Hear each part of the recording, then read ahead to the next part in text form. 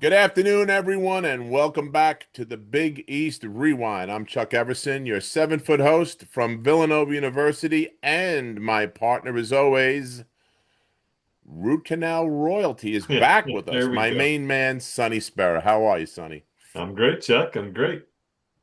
Well, listen, we got to start off the show. I hate to start the show off this way, but I think we would be remiss if we didn't mention this today because it's a sad day in Orange Land, Orange Nation. The great Lawrence Moten passed away today at 53 years old. Leading scorer in Syracuse history, right? Big East history up Big until a East couple years history. ago. That's right. So, Incredible. yeah, it was an incredible player, great person, and Humble, our gentleman, yeah. quiet. You knew him. I Yeah. mean, talk Yeah, about him for a second. just a quiet guy. Like, you'd be in a room and he wouldn't be like reserved in the corner, but he would not come up to people. He would be someone you went and spoke to, and you'd have an in-depth conversation. Talked about his daughters, how proud he was, and how they did academically. And one of them went to Buffalo, played for Felicia, and she ran a radio station, in college, and he talked about her, and he just was just a kind soul who he had that little southern drawl a little bit with his speech, who was a little slower with the speech, right? So you had that little southern gentleman personality, but he just was so warm and so wonderful. And I guess when he played, he was just a stone cold assassin, right? Oh, Like he he was silky was, smooth, man. I right? mean, You never knew. everybody's Game been would talking finish, be about it like, today. Moten had 18. I didn't even see it. Yeah. He just did his thing, and that's how he was. And I haven't heard anything. I don't know any details other than he was found No. dead, what you read on the news. But he Well, always stayed in shape. He was always thin, always fit. I mean, I yeah, don't you think never he know, gained Sonny. 5 pounds since when he graduated. And he You always never had know, socks man. up, man. That was Lawrence, man. Socks up. Well, from our family here at the Big East Rewind to Lawrence's family, his teammates, and his friends, our deepest condolences, and he'll be in our prayers for sure. Thanks, brother. Now, Sonny, let's get to some fun stuff. Our guest today, I'm really excited to talk to this guy. He comes from my hometown, as a matter of fact, Sonny. All right, Brentwood, Long Island, New York. So, Big listen, Brentwood. Yeah, yeah, yeah. without any further ado, okay, again from Brentwood, Long Island, by way of the Dominican Republic, Sonny came to this country from the Dominican Oh no, Republic. no, no, Chuck. No, let's not put the wrong Well, info out there. listen, My family came from the Dominican. I was all born here, right. big Well, dog. listen. Okay. Listen, I don't want ICE chasing you down, That's what down I to was gonna the say, street. man. You trying to put a target on me, big dog? I am not. I'm not. I'm trying to do the I'll tell right you thing, what, if brother. you could throw a baseball, the Mets will come get you. Hey, Well, big all right. dog. So the surprise is out now. He All could. He right, was a honey, baseball don't talk player. about my Mets, dog. Don't talk about They're my my Mets. team. Oh, You he's a kidding me? Mets Oh, okay. fan. Then talk about my Mets, bro. This Mornings. shit I've been sucks, in right? mornings since Anyway, that series. Let me tell you. He's a Brentwood High School Hall of Famer, Sonny. Number Oh yeah, I am. 31 for Let's the go. Seton Hall Pirates, Yeah. the great Johnny Garcia. How are you, Oh, John? great in front of it. I appreciate that. The great You Chuck. I know what? appreciate that, big dog. I look out for you. Hey, listen, I You're the tried to look man. out for you. I got shot down just now, but that's okay. Nah, So it's listen, always, how are man. We you? got that First Brentwood of all, bond, I mean, baby. I haven't seen you in a minute. At Brentwood, it's a close-knit group. We were talking off air a little bit.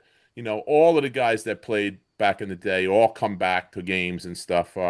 Unfortunately, our team is not going to be strong this year. We've had a lot of good teams. We've been spoiled by our successes and our riches, and when it comes to the basketball program. But um, this year it's going to be rough. So hope to see you at a Absolutely. few games. Oh no, I'll be at the games. Doesn't matter if it's rough. I'll be at the games. Yeah, I know you exactly. will be too. I know you will be Yep. too. Yep. It's Yep. just the climate. It's the climate of what basketball is become at this point. For a public school, it's pretty difficult. You know what I mean? Because it's just kids are getting poached left and right. I mean, it's just basically these kids are getting starting off with pro. They're making pro basketball decisions at 13, 14, 15 years old. It kind of Yeah. sucks, because it takes away some of the love of the game. I don't know. I'm curious to see what these kids are going to be like in about 20, 30 years. But it's just like, because you're not doing it for the love. It's almost like something that you get programmed to do. So they're making these pro decisions, going to different programs. Listen, I understand certain situations. It's probably the right situation. Maybe you need, you feel like you need something different. Okay, But there's certain kids that are leaving public schools to go to other public schools, and that's just like, and then in public It's schools that insane. are not as successful or as well organized and well, as well esteemed as Brentwood is. You know what I mean? Like we have Yeah. an amazing coach who's carried the program, who's done great job at the program, and like everything is set up for a kid to succeed there. You know what I'm saying? We can, we give him everything he needs to play at the next level. But some kids are just making that decision early on. The people are getting in their ears, and it's just it's a different It's a environment, Chuck. I different mean, place, man. it started when it was starting when I was leaving high school. I don't think it was like that when you were in high school, but it definitely was. Yeah. You were starting to see it heading in that direction. And right now we're at probably like the worst of what it could be, honestly. Well, shout out to Anthony Jimenez for the great job that he does over there at Brentwood High School. I mean, Coach Jimenez he's is not great. only Yeah. teaching hoops to these guys, he's teaching them how to be good, strong young men and good More adults, importantly good than citizens. anything else. More It importantly than is. anything else. And the It Exactly, thing is. is, you always exactly. have a He's building home. character every day. Right. You have a place to come back to as well. This is not a business. It's Yes. not a place. You always have a home. If you're from Brentwood, you can always come home. Your family's always going to welcome you with open arms. I can't say that Yeah. about these other places. Now, I got to say, sometimes we have some fun fact things on the show. One time we surprised Willie Glass when we asked him about his cousin, in quotes, uh, James Worthy, and we found out he had no relationship to James Worthy, Oh, so even though it was that was a all over the story. place. That was He a said, story "Is that it that was your his cousin. cousin?" Yeah, that's my cousin, and it wasn't. So, but That's a that good but that one. stayed with him his whole career at St. John's. For real? Everybody thought James Worthy was his first cousin. Yeah. You So, think it got him into the club in front of the line sometimes too? yeah, it might have. It might have. But Big Game James was Yeah. Showtime, man. So Yo, that's my cousin, bro. You see him? yeah, Yeah. right. Let me in. That's right. That's right. So I heard, you started your career in eighth grade wearing, if I got this right, track shoes and black socks, Oh yeah. right? When you come in, right? Is that accurate? I don't want to embarrass you, but I No, mean, no, I'm not that's embarrassed. a look, John. Come on. I'm not embarrassed about it at all. Let me explain that to you completely. I would say probably until about I'd say about maybe eighth grade. Eighth grade was the first year I played AAU. But to that point, I would say I was more of a baseball player than a basketball player. Basketball was I like playing basketball, but I also was more focused on baseball. So it was like something that I was doing. And it was a little bit of a culture shock because I kind of mostly grew up, my elementary school years in the Dominican Republic, and we just had a whole different view of the world when it came to like what you're supposed to wear and clothes. Like I just didn't. It wasn't something I thought about. You understand what I'm saying? It was just Yep. like, all right, I got to try out. Oh shit, I didn't have my sneakers that day, but I was just like, I didn't care. I just put on my whatever shoes I had there, and I didn't think anything of it. And then the fact that was when people were pointing it out to me, like, yo, you're wearing some track shoes and some like what are you doing? Like, what are you like? It didn't even cross my mind until they brought it up. I was like, oh, is this not something I'm supposed to be doing? You know what I'm saying? So it was like, it was just it kind of spoke to like, my mentality at the time, and just, my view of the world at the time, and just where I'd come from, that I was a little bit off when in terms of what I'm supposed to be wearing, in a Yeah. tryout. I'm not thinking about that. It's not even something that's crossing my mind. I just know that I showed up in those sneakers, but I kicked everybody's ass that day, and I made the team, so nobody could say nothing to me. Well, yeah. I think I might have even had a football jersey on. No, maybe that was later on. I don't And remember. listen, it doesn't matter what you look like; it's how you ball out. That's Yeah, I'm what right. it's all about, especially That's out there, beautiful. man. I Yeah, that's know. just beautiful So about the court, man. It's anything. It don't matter where you come from. It don't matter what socioeconomic background. It don't matter what your view of the world is. Everybody's in the same footing, and it's about whether you can go or you can't go, and that's the only thing that matters. So you come out, you're as a young kid, you had Hold up, before that, who told you that, man? Who's snitching, bro? I'm gonna have to, I yo, bro. told you. All I right, told you know you. what? I'm gonna find out. Don't worry about it. I don't worry, you know who it is. I'm You gonna put out know some feelers too. I'm gonna throw out some fake stories and see if it comes out the other end to see We've who's the already one said that's his snitching. name. All right, that's all I'm going to tell you. I know, brother. I know So, who it is. I love him to death. so listen, when you were a kid, you had a rough start. I mean, I read about this today. I had no idea that this happened to you. You were in a horrific car accident, Oh right? Well, shit. really, you were Whoa. at Yeah. 3 years old, right? I mean, you got hit and dragged by a van, or Yeah. talk about that for a second, because you've Mm. had injuries over your career, Yeah. and I mean, this had to toughen you up right from Jump Street. I mean, as soon as you come out and start, walking around as a 3-year old, you got a problem. So talk about that situation for a second. Oh yeah. That was uh basically just something that really could have shaped my life, in a really different way. Because supposedly from the accident, I was supposed to end up with one leg longer than the other. Like that's what the diagnosis was from the doctors. I broke both my hips, and I was like 3 years old.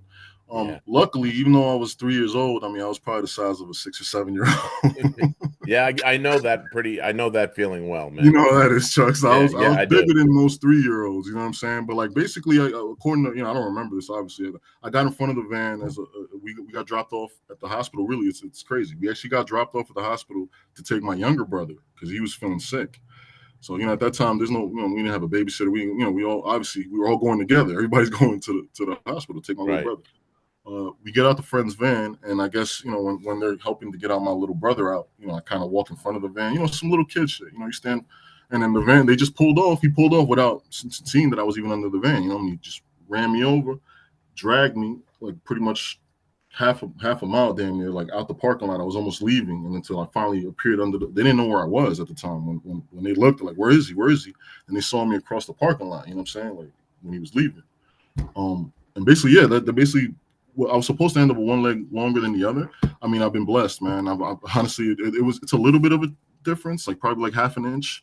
And it ended up causing me a little bit of back problems, and maybe it was the cause of some of my knee problems later on too as well. But I don't know. I'm not gonna make excuses.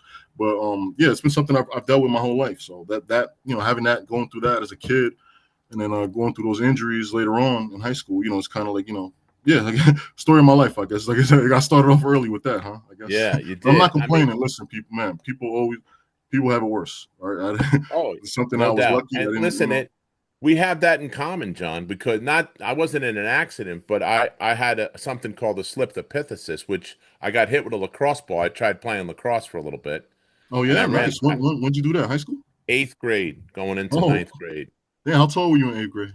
6'4", And you were playing lacrosse? playing lacrosse. You Yeah, big bully, man. What, you was out there yeah. just trying to hit people, huh, boss? And my brother too. You know my brother Steve. Oh, that's not even So, fair, man. People were so probably my brother shooting and played shooting crease themselves attack. right We there. just lobbed it over the cage to him. He was killing people. Oh, I can even But imagine that. so what happened was they same thing. It wound up that it wasn't a pull.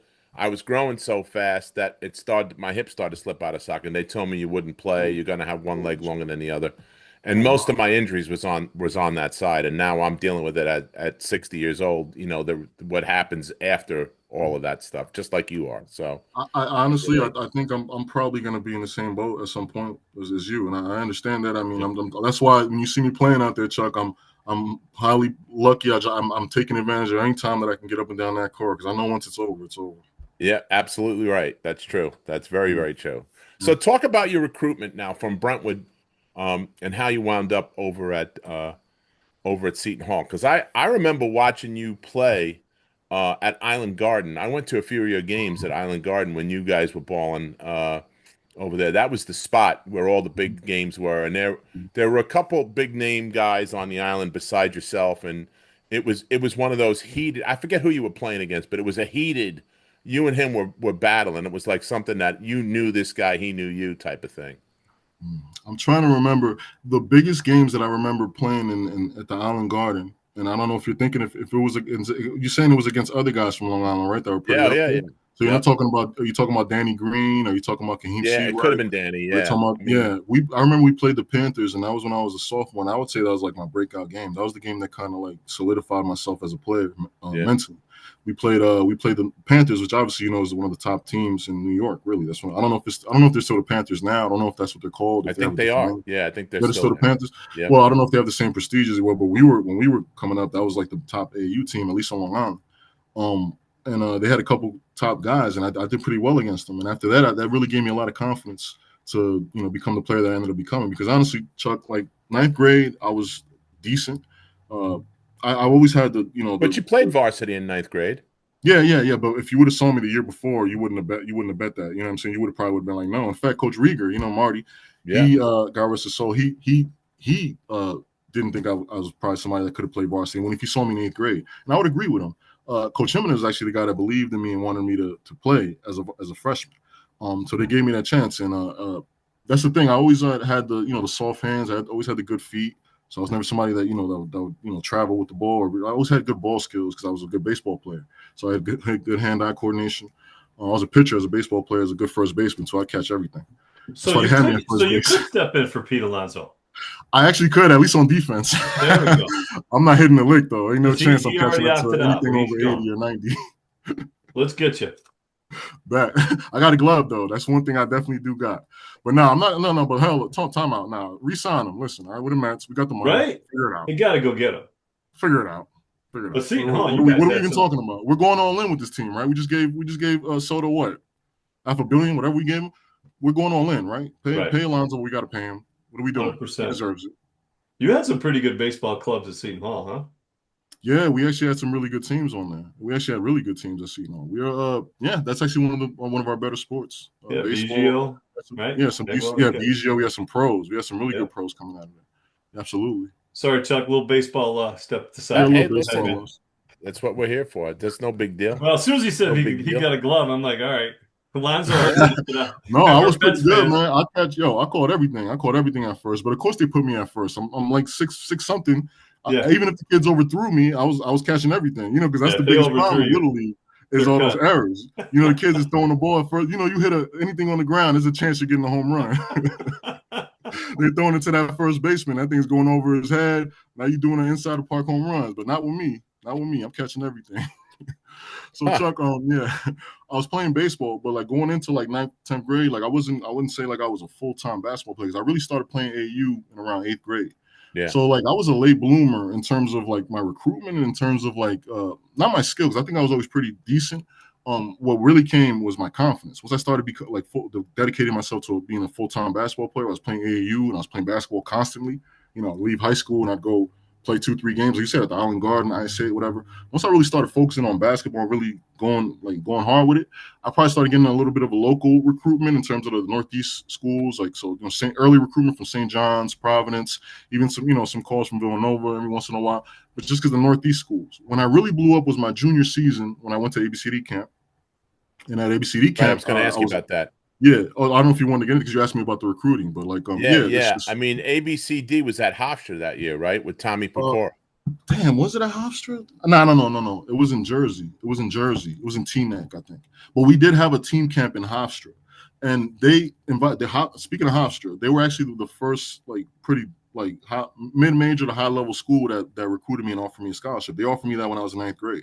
So by the time I got to 9th grade is when I really knew I was like, all right, I guess I'm going to be a basketball player. And that's when I really started taking basketball serious. It was because Hofstra showed me like, oh, wow, I'm getting recruited by a really good school.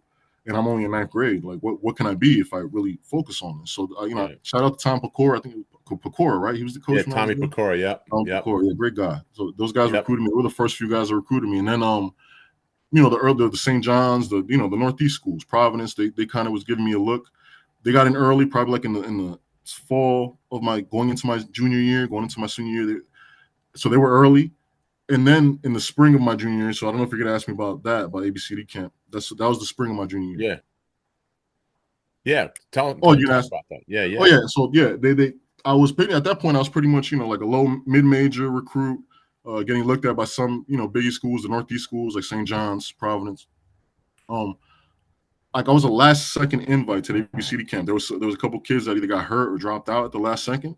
I ended up being a last second invite, and I got in at the last minute. Basically from my work that I did in the spring. In the spring, I played in some top tournaments. I played with the Panthers. I played with all these teams, and I did really good. And some people saw me like, yo, who is this guy? Because nationally, no one knew who the hell I was. Only people on the East Coast, you know what I'm saying? Because I hadn't played like national AAU. I didn't play national AAU until my junior year, summer of my junior year.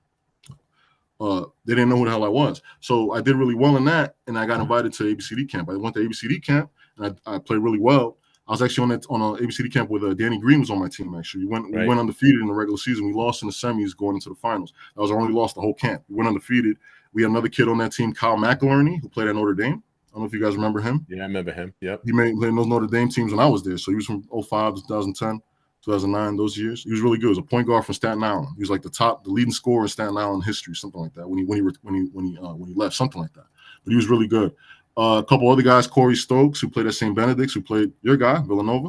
Yep. He was our guy. He was a sophomore. He was a sophomore on that team. He was on that ABCD camp team, and we went undefeated, and we won almost the whole thing. We lost in the semifinals. I only lost the whole camp, and I made the All-Star team. And after that, it was off to the races. So every school in the country was trying to recruit me. Villanova, they were Ed You were in Pickens. the mix because I remember going to practice with Eddie. You They were know, my Eddie top was an five. They were assistant my coach last then. five. My last five schools was Villanova. Villanova was in my top five, and I did my last five visits. Villanova was one of my schools that I went to. I love Villanova. I honestly, looking back at it, like honestly, that probably would have been a better basketball choice in the long run, because obviously when I went to Seton Hall, it was a different coach. By the next season, the guy who was there wasn't really the type of coach that fosters like my play style at that time. You know what I'm saying? I was a big man. I was more like low post, like Yeah. defender type of guy. He wanted more athletic, run and jump. Play defense. Playing the press type of guy. I wasn't that type. I wasn't this type of player. I played on his team because I was smart. I knew how to play. He tried to over recruit me every year, but he couldn't because it's just first of all, it's tough to get a good big. First of all, and at Seton Hall, it was just tough to recruit at that time, man. It was just the league was just a different beast. The league was a different beast. But yeah, that's pretty much what it was at that time. And then my final five schools ended up being Seton Hall, Villanova, Pittsburgh, UConn, and Seton Hall. Right, those are my final five schools. UConn was coming off a national championship. They were recruiting me really hard. And I remember taking my visit to Villanova, and who did my visit? Jason Frazier did my visit. He I was was the one going to who say probably Jay is my Frey, host. right? Yeah, that's Yeah. my guy, man. He's such a good Yeah. person. He's a good guy, He's the man. best. I'm happy for him. He's coaching now, right? He's doing something like He's that. out in Sacramento State, I think. He's out there. And Amazing, amazing. you know who the GM of the team is Shaq. Get out of here. Yeah. And Mike No Bibby's way. the head coach. Bibbs, he's on that team because Yeah. I did see. Oh yeah, I Mike did see Bibby's the Bibby head was the coach. coach. Oh, Yep. he's Sacramento State. Oh, I did see Yep. that Bibby was a coach. Yep. That's what he's coaching under Mike Bibby. God Yep. bless him, man. God bless him. Yeah, so that's really what it was, Chuck. I ended up going. I got some news about coaching too. It's funny that, like, ironically, like today out of all days, but we'll talk about that, I guess, later. But yeah, I went to see like Seton Hall was like in my final five. Villanova was in my final five. Villanova was just an amazing school. Coach Wright, amazing coach. Again, look in hindsight, I probably would have preferred that I played at Villanova because of the coach. It had nothing to do with the school. Seton Hall is the perfect school for me in every way in terms of basketball, socially as well as the perfect school. Is what I needed at that point to, like, kind of come to myself as a man. You know what I'm saying? It was just the perfect environment. It's a small Catholic school. I always endorse that. Like, if you're gonna, like, that's the advantage of going to like Seton Hall, like, or going to like a small Catholic school like Villanova, where it's like, is Villanova a Catholic school? It is, right? Yeah. Oh yeah. Yeah, small Catholic school like Villanova. Like, it's just it's first of all, you're the big man on campus. All right, you know football. Right, you're the guy. Like, you're the guys that the girls are looking at. You're the guys, or everybody's like when you're seeing what you're doing. You know what I'm saying? You're the people. So Yeah. that's one thing. You know what I'm saying? And then second is the attention, because the people who are there are actually going to be there for you. Like, you're not just another person there. Like, you go to a big state school, you're just a number whatever on the list. You know what I'm saying? Like, in that school, like, everybody's aware of you. They know who you are, and everybody's there to try to help you and make your life as easy as possible. Well, not easy, but just help your transition as easy as possible. Yeah. So, what was your welcome to the Big East moment? You get to practice, you're playing for Louis Orr, okay? Syracuse legend, all right? Was great player. We had we did a tribute show to Louis last year with some of his teammates, and some of the Syracuse brethren came in and spoke about him. Great guy.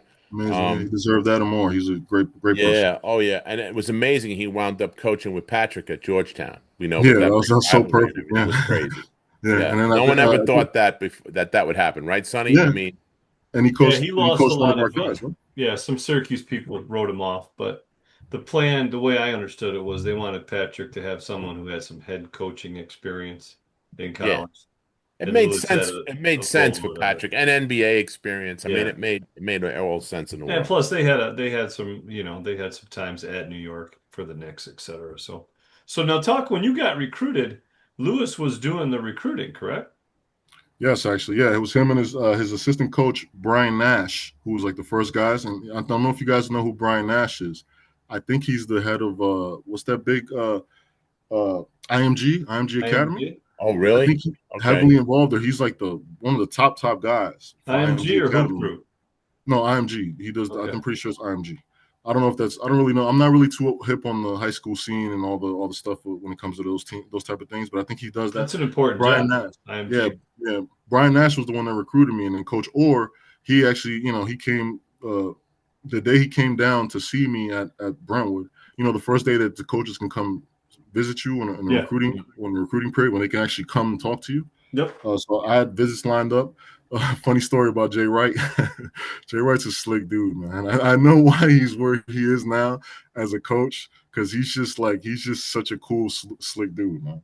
So I had my orders of visits, right? It was supposed to be St. John's, Seton Hall, no, St. John's, UConn, Villanova, Seton Hall, and then Pitt. I think that was the order that I was supposed to That see each is coach. Big East royalty right there. That's all. Oh Yeah, no, man. You I just couldn't missed the believe it. Like Syracuse. That's all. Chuck, thinking back at it, like I had Jim Calhoun and Jay Wright and Jamie Wright and all these big time guys at Brentwood. That's pretty cool, man. Yeah, I never that's really pretty thought good. about it like that. That's pretty good. Yeah. So like we had those visits in that order set up, right? When I tell you, I come into it was supposed to be in Coach Jimenez's office. So Coach Jimenez calls me down. It's probably like 5, 10, 15 minutes before. I'm thinking, yeah, because we're gonna talk a little before I see the first person, right?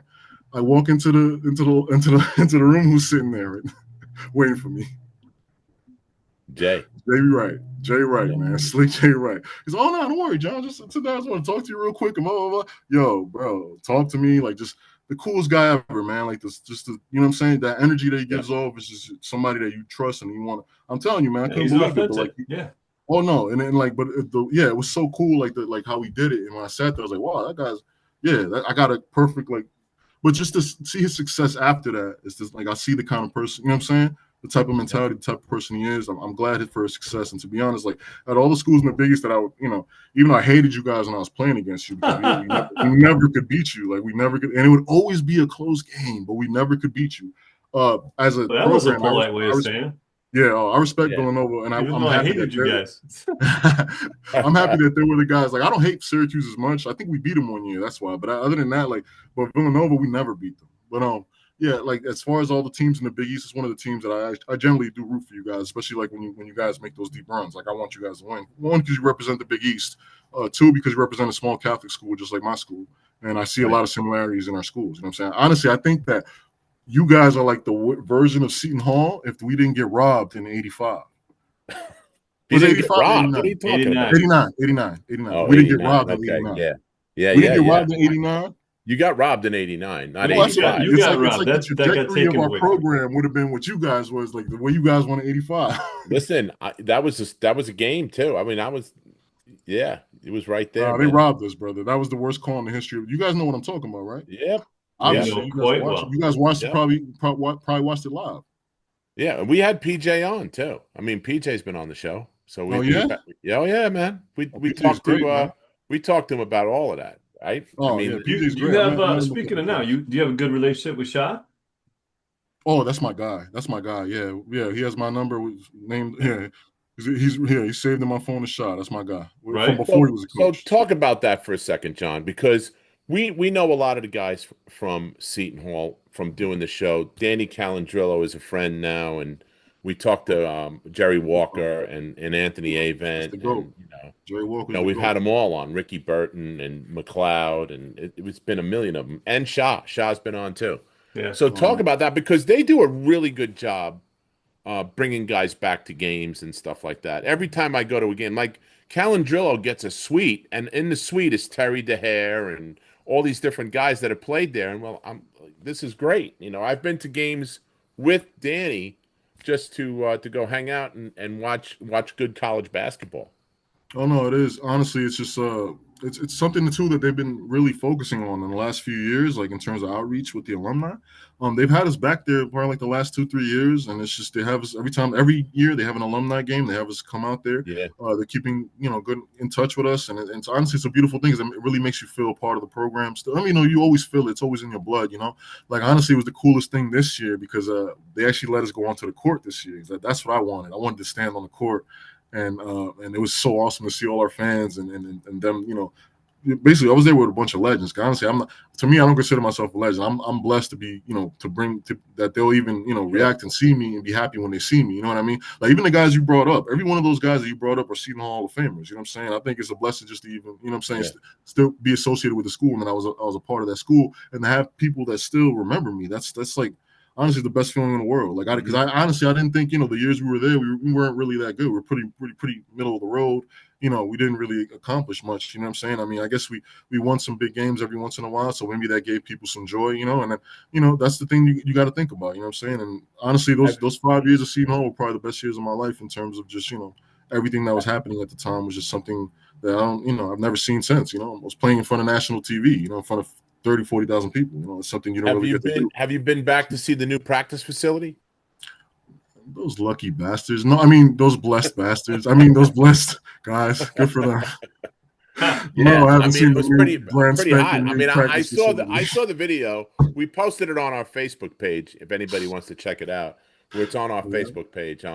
I mean, it's awesome. I think I It's seen the really specs nice. before it was going to be built, and then they told me like what it was going to be, and I couldn't believe it. It was like, wow, it's amazing. Honestly, we need it because to us to compete with these other schools, we need that. I mean, it's just the truth, It's kind of So where did messed they, up. just to give me an idea, where did they put that exactly? Because I remember when my daughter and son played AAU games we had some games there at the hall. They had that auxiliary gym where it had those big curtains and it went on looked like for days, from one end to the other. Yeah. Is that where it is? Is it in that space or? I'm not 100% sure, but if I had to guess, I think it would be over there because the ones when you come in, those are like the ones for the students where the students get to play. Right. So unless they just took that over, my guess is they probably expanded on the blue gym in the back because it was kind of connected already. Like the weight room was already back there, so that's where I'm guessing they put it. They expanded all that part back there. And it's like you almost have your own side entrance too. Like if you make that left, you don't have to really go to the front of the main building. So if I had to guess, it was there. I don't think they're going to expand that way towards the soccer field because that's taken away from them. Yeah. So if I had to guess, they just added to the blue gym. The gym. I think you told me, Sonny, that you went to to see our practice. Yeah, I think that's probably like where they probably expanded that. But honestly, we need it, man, because we needed to compete. It's just the truth. It's what I want to ask you. You get recruited by Lewis, who's a well-known big guy, right? Oh, yeah. And did you guys connect right away? And how much did he, share with you about like his journey and hoping that was going to be your journey? Well, that was literally, I mean, to be frank, he was literally the reason that I went to Seton Hall. It was because of him. And honestly, looking back, obviously, I was a very naive decision as a kid. You know what I mean? Because you're not thinking about the business. You're not thinking about how things work in the real world. You're not thinking that your coach could get fired the next season. You know what I'm saying? Like, so to make a decision on the school that you're going to based on the coach, I don't think that's probably the best decision. I think what you should look at more than anything is the culture and the facilities, how much they care about just what I'm talking about. But to not digress, coach was pretty much the reason why I went to Seton Hall. I clicked with him immediately. The fact that he was a big man, the fact that he was pretty, like kind of a soft-spoken, guy. I'm like that. I'm not really like out here, at least socially, I'm not really out here like that. I'm some kind of more of a reserved guy. He's like that. Like, we clicked immediately. And honestly, that last pitch that day when I set up those visits, when he came to see me, that was the day where I decided to go to Seton Hall after I talked to him that time because of the conviction and the way he spoke, the honesty that I saw in him because I knew he was a true person. Like the other guys just felt too, like, I don't know, just except for Jay. But the other guys felt just a little too much, like selling. And I wouldn't say that about Norm. Norm is at St. John's. He was great too. I think it's just I didn't want to have that burden of going to St. John's, having to be like the guy to bring the program back. I just kind of wanted to that's not the way I was thinking at that time. I wasn't brave enough to be the guy to go on my own. If other guys would have went in front of me, I probably would have went to St. John's as well because they recruited me really, really heavy too. Norm Roberts, he was great. Yeah. The other guys kind of felt kind of salesy. I don't like that. I took my cue into what school to go to based on personality and based on who I clicked with the most personally. And Coach Orr, the way he was, it clicked with me immediately. He felt like a father figure. He told me about his journey, obviously playing in the Big East, obviously ended up playing in the league for all those years. I mean, he's a legend. So I wanted to learn what I needed to do from him to get to that next level. So that was, again, he was probably the biggest. He was the reason I went to Seton Hall. So talk about you go from that to our good friend Crazy Gonzi, right? Who's a guard and he can't be any more polar opposite than Lewis. Lewis was quiet, reserved. Bobby was in your face, and he made coffee nervous. He was. I was going to say, right. I was going to say, what was that? What was the quote? He makes coffee nervous. Makes right? coffee nervous. That's a perfect. He's a 3-pot-a-day guy. So what was that like? That transition now? A complete culture shock, complete night and day. complete everything. Like your whole world gets turned upside down. And you gotta adjust quick, but he made you adjust quick. So that's just that's the nature of how he is. So like, it was something I was able to adjust with too quick, but it was a big culture shock. You know what I mean? In terms of everything, like I don't know if we spoke about that. I don't even want to talk about this publicly, but the AD stuff, like just that battle from the beginning. He got to the school. He was getting into it with the trainer. He didn't want the trainers in practice. That's the type of Yeah, person he no, is. when he came in, there was a huge chasm between the athletic director, who had some support but had a lot of detractors, and then Mm-hmm. Gonzi.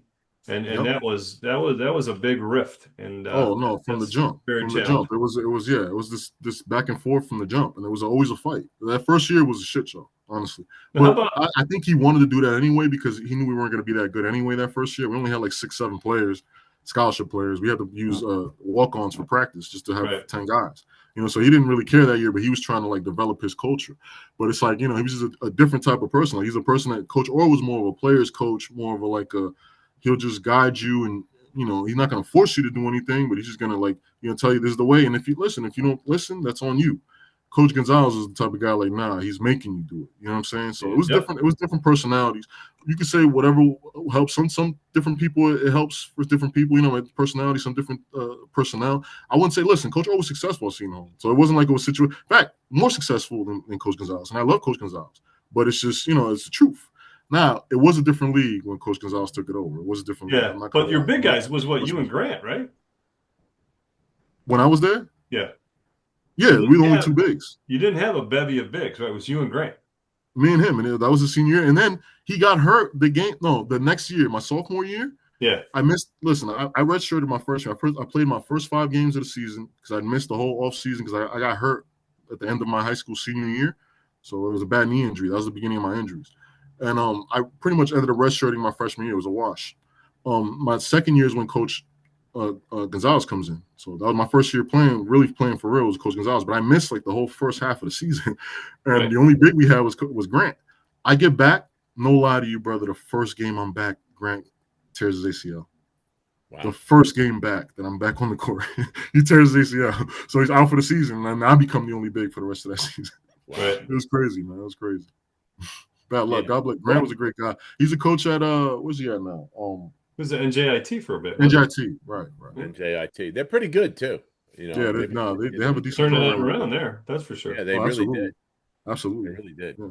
So, what would you say, John, was your welcome to the Big East moment, where you knew, hey, we're not in Brentwood anymore? Does it have to be Big East, or can it be just college basketball? No. I mean, when I said Big East, it's because you're in college now. It's college basketball. It's not high school. Oh, I see what you're saying. So it could be like, all right, I'll give you 2 anecdotes. I'll give you in practice.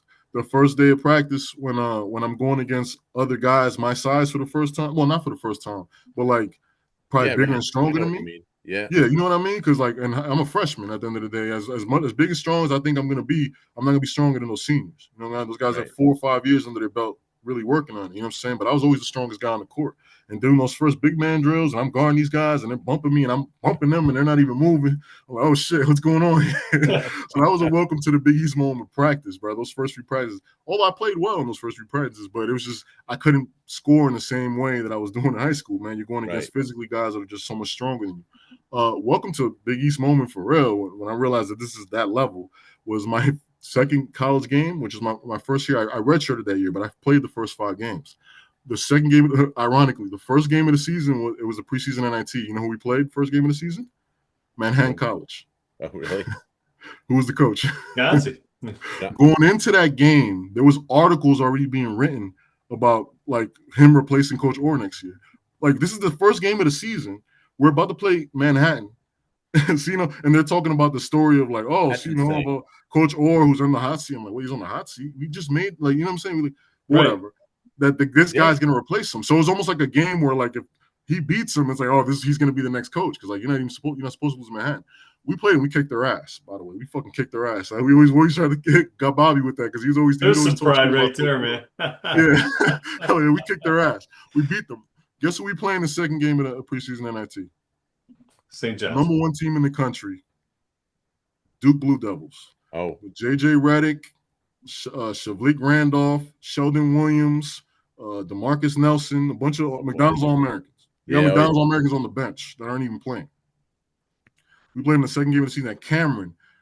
When Cameron was still Cameron, because they hadn't pushed the student section back. I'm talking about these guys are on you, like on Yep. you. You're taking the Taking the ball ball out, to and the they're right bounce, they can behind you. swat the ball. Yeah. That had to be Yo, bro, wild holy playing shit, there. that used to drove me crazy. You know what's crazy about it? Is they're a bunch of smart assholes at Duke, right? Those are the smart guys, like the smart guys. You guys did That's research exactly on you. right. These guys do research on you. These guys were telling us stories about like, yo, you missed the free throw. You guys lost your junior year or whatever. We lost to Longwood. Like, what? How do you know this? Like, they did research on me, brother. Like, I'm like the second guy off the bench. You guys have research on me as a freshman, like coming in. Right. Yeah, man, smart assholes. But yeah, yo, speaking of that game, right? We're playing them, right? We lost by 53 points, Chuck. 53 points on national TV, on ESPN. I told my family, yo, watch this game. Yo, we're about to play Duke on ESPN. Holy shit, brother. We were down 41 at halftime. It was ridiculous, bro. We ended That's up a losing real by- home court advantage, though. I Oh, mean, no, that ridiculous. place is That's an insane. a Have you zoo. ever seen a game there, Chuck? No, but you know what? Two of my cousin had two kids that both went to Duke, and they were Cameron crazies. They had the Viking helmets on, and they had, it was When I it was tell you we crazy had there. the deer and headlights look, half the team had the deer and headlights look. Because it Yeah, was I just too bet. much. Like they were on us. They were so loud and they were like on. I'm telling you, they attacked us before the game. Like they were saying like to get in our head before the game about like past stuff, losing. It got into the heads of a few of our guys. Like you could tell, you could see it in their face. Like, damn, like they really and we started the game off like it was like 15-0 from that point on. Like we couldn't even dribble the ball right. Like Oh we my dribbled off our God. feet, missing layups. Like it was just terrible. It was bad. We lost by 50. You know what's crazy? Later on that season, we lost by 50 again to UConn, who was the number one team in the country as well, with Rudy Gay. Yeah, Rudy Gay. They were nice then. They were Armstrong, really good. Yeah. Hilton Armstrong, Josh Boone, Rashawn Yep. Anderson, all those guys. They were a good-ass team, number one team in the country. We lost to them by 50. And we beat Syracuse that year. We actually beat Syracuse at Q's. It was an amazing game. Well, who was on that Syracuse squad back then? This was the year after they won the 2 years. No, a few years. McNamara was still on that team. Oh, okay. I want to say Hakeem Ward, but he wasn't. No, Hakeem wasn't on that team. I think that was the first year after Hakeem Ward left. Okay. And it was Jerry McNamara's either his junior or senior year. Probably his senior year. So that's 2007. Yeah, we beat him in 2000 exactly. 2007. Yeah. It was an amazing game. We beat Syracuse in that game. We never beat Villanova though, man. I fucking hate you guys, bro. You guys and Marquette, we never beat you guys. Not one time. We had a tough time playing in a dome against Syracuse. We never won up there, so I know how you feel. And Sonny has never won at the Palestra. No. All y'all won at Seton Hall though. Ain't no problem, right? Well, listen, not for anything. Back in the day, I was excited to play Seton Hall because I knew I was getting a lot of run. Seton Hall and UConn was Providence. I knew I was getting a lot of run. Providence, Seton Hall, and UConn. I was my three big games. A few years after y'all won the national championship, we were a hell of a team after that. Oh, no doubt. That's the beauty of the secular. Big East. And that's the best thing about the Big East. One cycle. time you're up, then you're down. Yeah. You look at St. John's and Georgetown in recent years. They're both but down. Now they're both on the way back up again. And I think the conference is better when the original teams are strong, like Georgetown. I agree. I agree. I agree because I think more those are the eyeballs original on the fans. set. Yeah. Yeah, I think it. Man, it sucks that Syracuse left. Honestly, I wish they would have found a way to do that. Give us a couple of good Gonzi and Louis Orr stories. Lou Orr stories. What can I tell you about Lou Orr? He all right. Coach Orr. This is the type of person Coach Orr was. I hurt my knee in high school, and I don't know if you know Dr. Scott. He was the Knicks surgeon. Yeah. For many years. That's who did my surgery. That's who did my surgery. They got you in to see him. Why did I get to see him? Because it was Coach Orr. Coach Orr came with me to see Dr. Scott, came with me to the follow-ups, came with me to the surgery. Wow. Like surgery at 5 a.m, he came to the surgery. Like, what else can I say about that person? Play for a guy who cares about you as who a does person, that? Like, not just what you hear a coach would do that? And I hadn't done anything for him. I was a freshman coming in. I hadn't done anything for him. That's no reason to be that way. But that feeling that you had when you talked about, then you talked to him, that's it. And that's it in action, right there. Yeah, I think that's the best I wouldn't expect anything. For anyone who didn't meet him, that should explain the type of person he was right there. It's 100%. Yeah, that was I would be shocked if it was anything else. That was a good reaction you had when you met him in the office with Coach Jimenez. I mean, that was spot on. So, All right, so now I want to talk to you about this because you mentioned it a little bit. Wait. We're gonna ask him for a Gonzi No, story? no, no, Oh, no. you We're got gonna to get a skip that. Gonzo We're gonna story. skip There we that. We're go. gonna skip. Come on, man. He probably told it. I'll tell you right now, right, Sonny? He probably told it himself. I don't know. I had to slow. You know what? When we had him on, John, afterwards, when we go back and look at the film and stuff and look at the tape, we had to slow the tape down so we can understand what the hell he was saying. He Oh, was like what? lightning fast when he spoke. What? Bobby was Man, we said a couple things, then we took a sip and it was like, Roll the I tape, don't think brother. I don't roll think tape. ChatGPT. I don't think closed caption could have kept up with that. It wouldn't have mattered, bro. No, nope. I um, agree. the thing about him is just there's a few anecdotes, but it's just there's a couple of them I think they're a little too bad. But I'm not gonna talk about those. Uh, but I'll say this: the guy was a different type. He was a different breed. He was just somebody that, damn, how can I put this in a more political? He pushed your buttons, man, and he challenged you. He challenged you, and he definitely made you realize that this shit is a business. Your ass is replaceable. Yeah. Your ass is Oh, yeah. replaceable. You know what I'm saying? That's kind of his mentality. So it's like I said, it was like night and day with Coach Orr. Like Coach Orr really was more of a personable person that really felt like he cared about you. Coach Gonzalez felt more like if you were good for him, if you were a good player, if you helped him win, he cared about you. If you didn't, you were just expendable. You're the next guy. He didn't care that much. Now I'm not again. I'm not. I don't know what's right. I don't know what's wrong in this world. Honestly, being the way Bobby is, honestly, it probably leads you to better results in a lot of fucking things, and that's messed up. I wish the world wasn't like that, Right. but it's just the truth. I'm not saying it was the right philosophy. It wasn't. I don't know if Coach Orr could have helped us be a competitive team in those years. I don't know. I have no clue. We'll never know. We never know. But all I say is this: the results speak for themselves. When Coach Orr was there, we were a winning team. We made the NCAA tournament a couple times. When Coach Gonzalez was there for 4 years, we didn't make it once. Now you can say we didn't. The Big East was a bitch. It was, but we had a lot of chances. I think the main reason why we didn't win a lot of games, it wasn't because of the talent. And I wouldn't even say it was because of the coaching. I think it was just the culture. It wasn't right. Like the kids, a lot of the guys that were there, we just weren't. You know what I'm saying? Our characters wasn't right, and we didn't have the right person. Like maybe the character guys that we had, because we had a lot of characters. I don't know if that's a good way to describe it. I Yeah. know we were going to get into those conversations with my teammates because we had some shit going on at my school. But yeah, like we needed somebody who was more of a nurturing father figure type of person for that personality of team.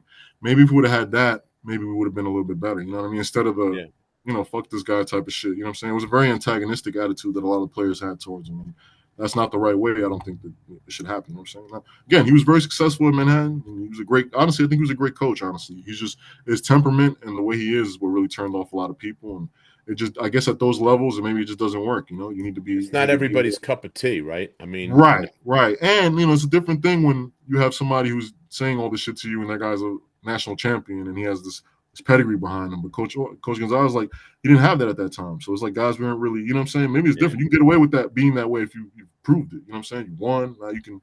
Guys will be like, all right, whatever. But at that time, Coach didn't really have that. And I don't think we had the maturity as a team and the type of leadership as players. I'll put something on my head. Like I should have been a better leader at that time, but I didn't have it in me at that time. But at that time, I don't know who could have been a leader on that team because that team was just, it was dysfunctional from the top to bottom. This is how we were. We were talented as fuck, but we had a lot of head cases. But it just, maybe at that time it just wasn't, I don't know. I'm not trying to be political. It's just, I'm not trying to be, watch my words. It's just, it's just a different, it's just different. Different Coach O times, was a yeah. great coach. Coach Gonzalez was a great coach. They were both great coaches in different ways. Night and day in terms of personality, night and day in terms of how they are as people. And that's really all I can say about it. I don't want to really get too far into Bobby like Yeah. that. Yeah, you're good. So I have to ask you because you brought it up, all right? And I'm very curious because I talk to Jason Frazier about this too all the time, because Jason was supposed to go to the league from high school and all this stuff, and he winds up having 7 or 8 knee surgeries that derailed him. Bad Okay. luck. Bad luck, and again, you dislocated your kneecap in high school, came back and did it again in college.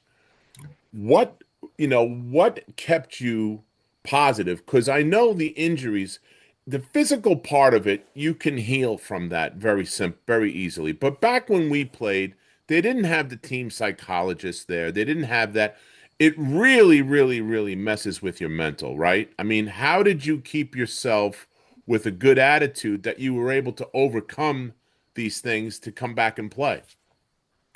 Um, the first few injuries, like the first time, that was my mentality. My mentality was positive. My mentality was, I can't front, Chuck. After the third surgery, I kind of checked out, man.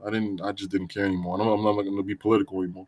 It came to a point where I did kind of didn't think I could keep doing this, And Yeah, I wasn't mentally, I was not there. That was the thing that affected me the most. Physically, it affects you obviously because obviously mhm, your body's connected to your mind. You want to do what your mind is telling you to do. But if you physically don't react, you can't do the things that you want to do, you will never end up being that kind of player. But the biggest aspect is the mental aspect, where before you felt like you were at the top of what you are as a person. Now you're going against people that haven't been injured, and you feel like they kind of have an advantage on you. So you feel like physically there's some sort of advantage there. Uh, it, it, it does it does grind on you because you feel like, damn, if I'm at my best, I know I'm better than this guy. You know what I'm saying? But if it's, he has the advantage that he doesn't have to worry about, certain things, and I can't move this the way I want to move. So it does mess with you mentally, it messes you with your confidence. So it kind of makes you think that you're not as good as you really are. You know what I'm saying? That's really the biggest issue. Sports is not about, it is physically obviously is a big part of it, but the biggest part is mental. It's about how mental. you view yourself, is how you see yourself on that court. You know what I mean? You got to believe that you're the best. You got to believe that you're one of the best. Even if it's not true, even if the numbers don't bear out, doesn't matter. If you're one of the five guys on that court, you can't be the weak link. You can't be somebody who's unsure about himself and doesn't have the confidence in himself to go out there and perform. If you're going to be that way, you can't be on the court. You know what I'm saying? That's just, I know guys that had all the talent in the world, but once they stepped on that court, they let the deer in headlights look. You know what I mean? You have all the Yeah, talent in the world. If you don't have that mental strength to believe that you're one of the best, and I think that's what the injury did to me the most, which was, kind of made me think. And I did play that way in a way. I had a solid career, but at no point was I ever all Big East. At no point was I ever somebody who's, had a couple great weeks. I even got MVP one time at an alumni, but I feel like I never reached my level as a player, and it was because of because of my injuries. And the way I dealt with my injuries. You know what I mean? Because that's the thing. I did kind of quit, not knowing that I had another 9 years to play pro basketball. right. In other words, this is all your mind. This is all you being a freaking idiot and deciding that you're what do you call it? Damaged goods, that nobody's gonna care about you playing pro ball or giving a shit about anything about you. And that's all in your mind. You put that in your mind.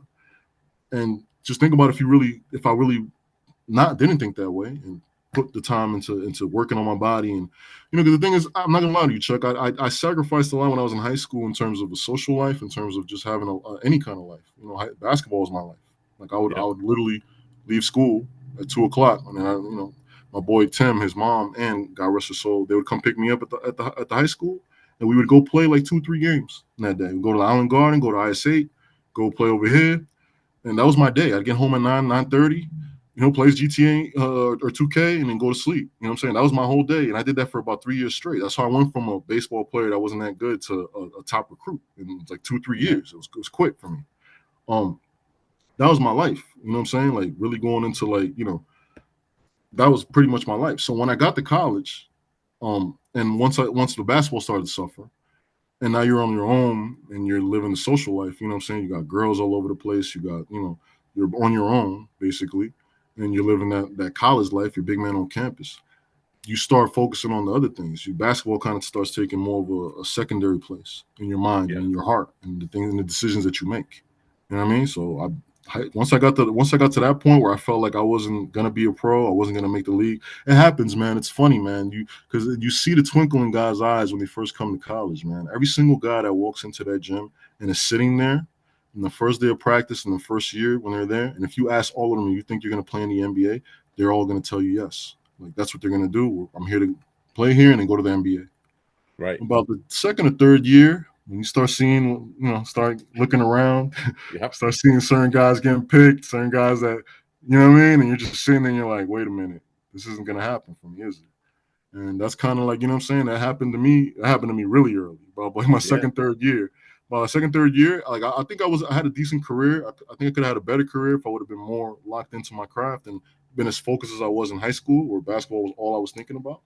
Um, it's funny. I tell people this story, but I'm telling you, injuries, they really did mess with me a lot. I tell people these stories. In 2009, I went to play for the Dominican national team, going into my fifth year in college. which was the 2010 season, 09 or 10 season.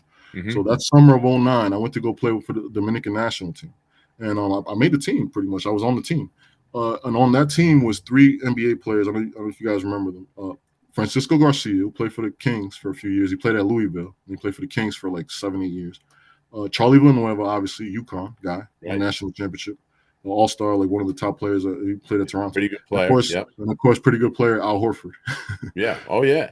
Just won a championship. Who's still playing. He just went to Golden State this year. Just went to Golden State. The guy's amazing. Right. So I'm lucky. I got to meet all 3 of those guys and be around them for about 2 months in the summertime, playing for the national team. And I remember waking up one morning for breakfast, and you got breakfast in the hotel, and you go downstairs to the hotel. And I go down there, and 3 NBA guys are sitting at a table, and I'm there's one chair there, and I'm like, oh shit, let me go sit with these guys and chop it up with them, whatever. So sit there having breakfast with 3 of them, right? And I'm over here trying to steer the story to like some college shit, you know what I'm saying, some college shenanigans. Because in my head, I'm like, these guys, damn, these guys are lottery picks. You know what I'm saying? They must have had all the girls. They must have been doing this on campus. They must have been doing crazy shit, right? Oh my God, they probably got some stories, right? Let me try to like steer the conversation in that direction and see if like they're gonna like start, spilling some shit to me, right? So I start talking to them. I'm like, hey, so yeah, I'm doing this. I'm telling them what I'm doing. Like, yeah, I did this, but I'm doing this, and they're just there sitting there quiet. I didn't react. He's kind of smiling and laughing along with me when I'm, telling them some of the stories. And then I'm kind of waiting for them to share. So I'm like, all right. So I'm like, yo, I know you, Al, you was in Florida. You was probably, what? They had Horford's hotties. You know what I'm saying? You probably had all the girls on. You was doing this. And he was like, nah, I wasn't, bro. I wasn't doing nothing. I was just going to the gym. I was going to class and working out and just focus on my dream, man, trying to make it to the league. Yeah. And I sat there and I heard him say that, and I'm like, and then I looked at Charlie, and Charlie's like, yo, when I got to UConn, the only thing I was thinking about was going to the league and getting out of there as soon as possible. That's what he told me. And Francisco, I look at Francisco, he's like, when I was at Louisville, that's my mentality. Just like, all I did was work out, go to the gym, go to class. That's all I did. Yeah. And I'm sitting here, and I'm like, oh, okay. Makes sense. Makes sense. And well, you know what, though? It's all mental. Let's go back to it. I'm not sure people can grasp that. Is you're in college. You have a class schedule, you have practice schedule. Now you have, physical, but you have surgery, and you got to have rehab independent of these other things. Yep. And you got to get around campus and don't slip and hurt yourself more getting around. Right. And you're dealing with the questions inside. Am I good enough? Did I make the right decision? That messes with all those other components, especially your schoolwork and your academics, right? Yep. Talk about like, how did you get above that? Well, the thing with me is just I'm not the type of person to like dwell or like to like feel sorry for myself.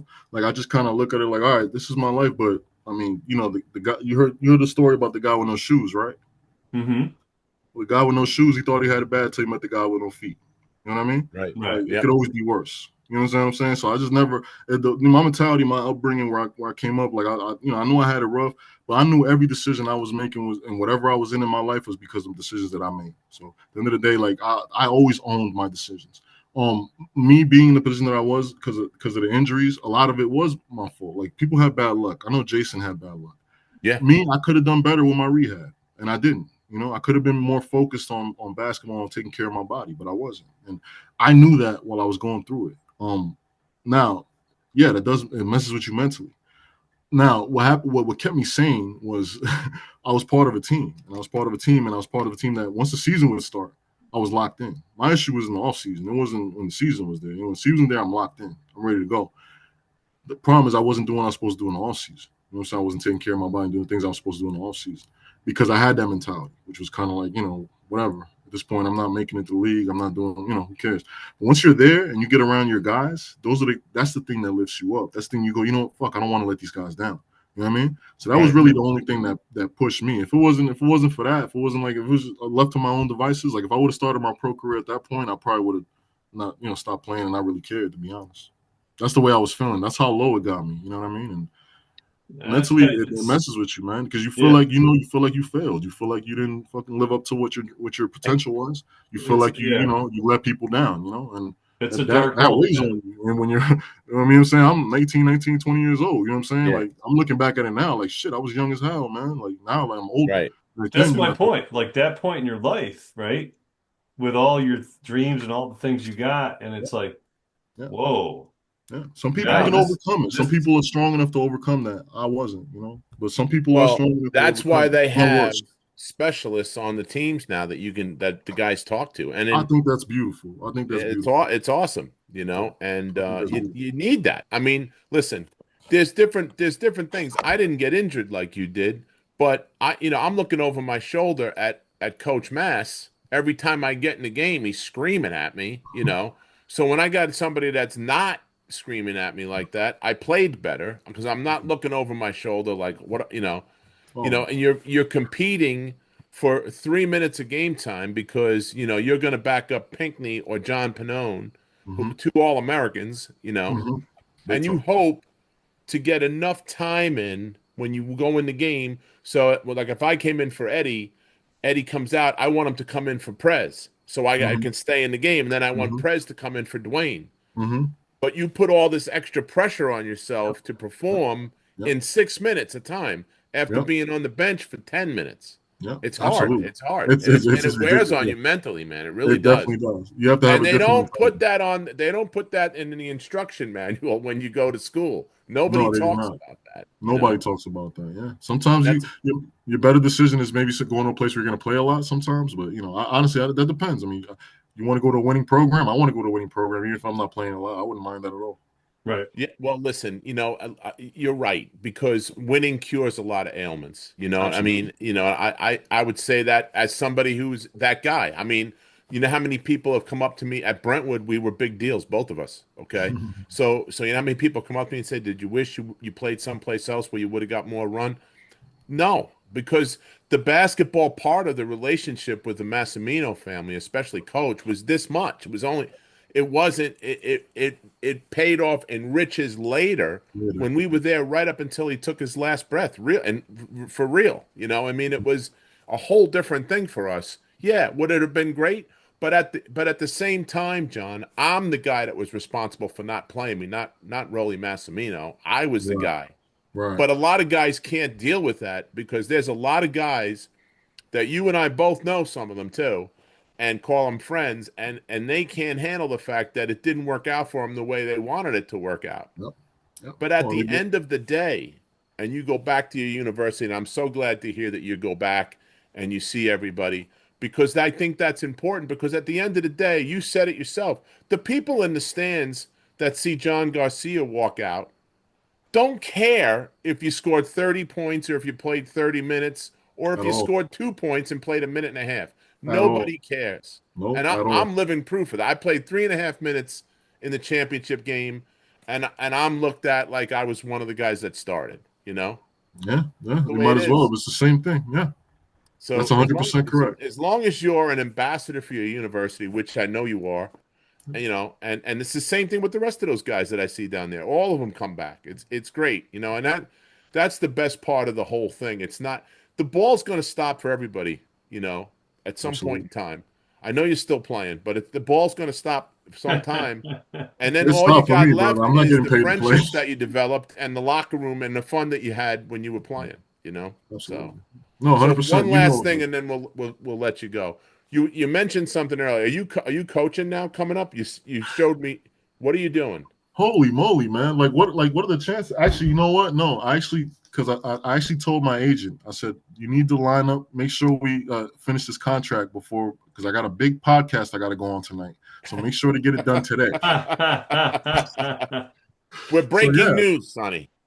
yeah, That's right, this man. is breaking news. I'm actually the new head coach of the ABA team now, the Strong Oh, on Ballers, the all Ballers. right. Where are you at? What Strong team? on Ballers. We're here in Brentwood area, man. Oh, Brentwood guys, really? man. Nice. Yeah. That's It's a great. team that it's my guy my guy Matt, his team. They just asked me to be the coach. I was they originally wanted me to play, but I don't know if I was trying to play, to be honest, because I got I Yeah. got other things I got to handle. I don't know if I got the time commitment for that. But they asked me to coach, and I'm like, hey, yeah, I'm with that. So Yeah, how many game season do they have? they play 20 games. Oh, 20 games. nice. Okay. Yeah. Good. So you're still back in action. That's great. It'll be good to see you on the bench again. I know you coached. When was the last time you coached at Brentwood, right? My last year was the year after COVID. The year after COVID. So Okay. 2021 was my last year. So you all you so did we catch you working on strategies and everything right when we called you today or Yeah, that's what I was doing. Anybody watching? yeah. You're right. Okay. No, All actually, right. I'm actually looking at this because they actually have some unique rules. Like they have some weird thing where, like, if you steal the ball in like the front, like in a press situation, that next bucket could be like a 4 point bucket. Like you double the point. Oh, You really? understand what I'm saying? Like Yeah. the next shot you take, if you make it, it counts as 4 points. Yeah, Wow. yeah, I know. I gotta read this rule So it book before. encourages guys to play defense, is what you're saying. Yeah, absolutely. And also, Not like, like the if I NBA. didn't know these rules, like, let's say we're winning by 4 in a game. Like, don't worry about it, guys. We need 2 possessions to beat us. Don't worry about it. And they get a steal, and I gotta know these Yeah. things, Chuck. Now the game, yeah, you got to know that as the coach, man. So, hey, good for you. That's great. That's great. Well, listen, John, I got Absolutely, to tell you, it was a lot of fun. I'm glad you came on. absolutely. We've been talking about it for months to have you come on and hang out with us. Appreciate I'm that, so man. Hey, glad you Chuck, did. anytime, brother. Anytime, I'm so anytime. It glad don't you even got did. to be One no. of my guys, Sonny from Brentwood, that's the second Brentwood guy. We had Ronnie on too, Ronnie Oh, Stewart. So nice, nice. Yeah, it don't even there got you to be go. no John Garcia interview, man. I'll come in here just to talk shit with you, man. I'm with it. All right, that sounds like a plan. We're Love pretty that. good at that part. Love that, man. I bet. So, and what's funny, son, is I go back to games and stuff in Johnston, and we always rib each other about Seton Hall and Villanova back Oh and yeah. forth. It's I great, Oh hope man. so, man. So, You would oh, be you No, that's you have would right. to. You disappoint have me to. if you didn't. Sonny, come on. I'm a professional ball breaker. You know that. You You have would to. disappoint me Absolutely. if you didn't, man.